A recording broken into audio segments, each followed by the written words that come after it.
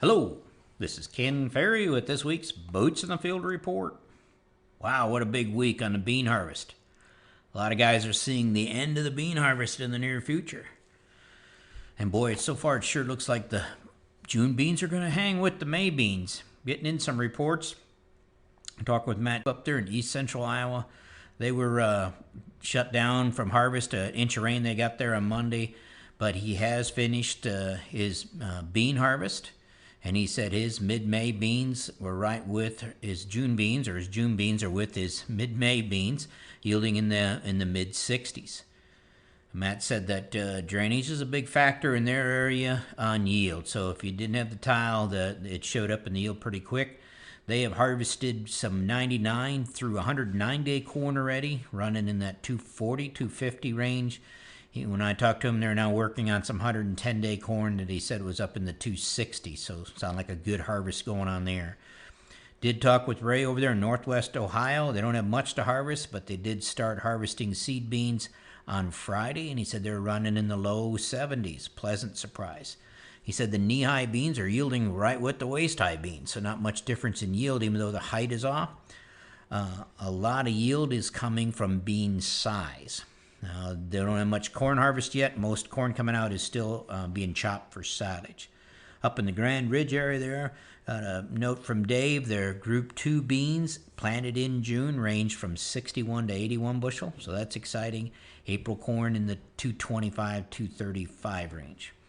Mark over at Sun Ag in Tremont, he thinks they're about 60% done with the bean harvest and 50% done with the corn harvest in his trade territory.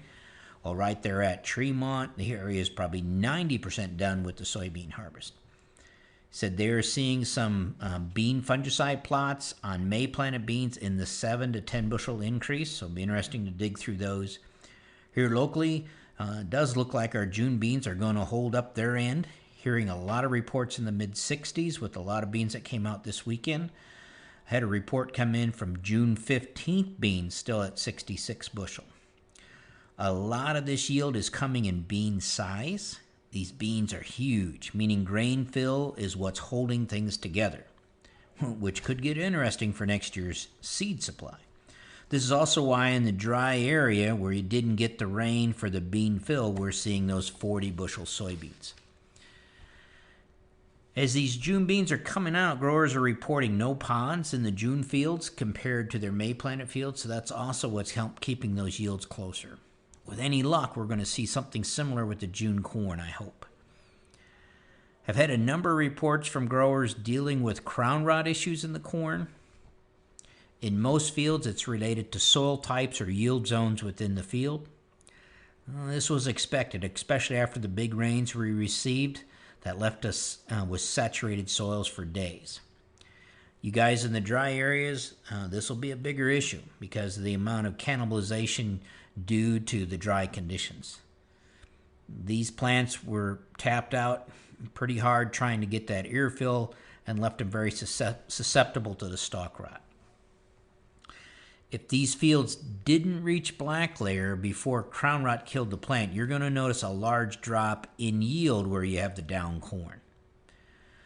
If planting date or hybrid maturity got you close to black layer, then the yield will hold even though the corn is down.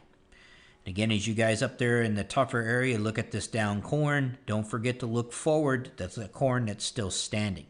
Some of these down fields may already be an insurance claim to begin with. Don't let something else fall down that's not an insurance claim. So pest teams got to stay on top of that for your harvest reports. Reports of crown rot in the June corn have been less.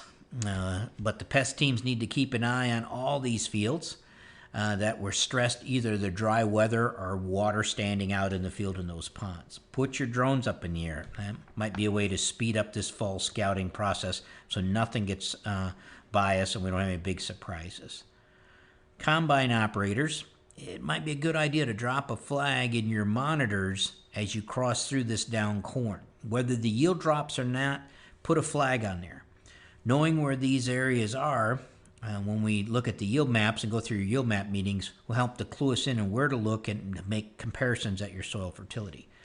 Looking at a yield map, we can't really tell if the corn is down or not, but we can see if the yield was down. So let's be marking those, so if we forget about them a month or two from now, we have some type of marking in there of what we were seeing in the combine seat. I am impressed at how tight most of the guys are running your tillage behind the harvest. Most operations are doing both at the same time, so you're seeing harvesting and tillage being done in the same time, not too far behind the actual harvest. Growers are telling me they can feel the tracks we made in the field this spring trying to get this crop in. Doing tillage here at Crop Tech, we could tell when we crossed pinch rows from this spring. The wheel tracks growers are complaining about the most is from the post-herbicide sprayers. Combine operators are crossing them as they cut beans at an angle, and the tillage operators can hear the tractor pull down, and they can, in the engine they can hear the pull down when they cross these wheel tracks. If you have sprayer tracks and you're trying to lift them out with an inline ripper, I suggest you run at a slight angle of the track.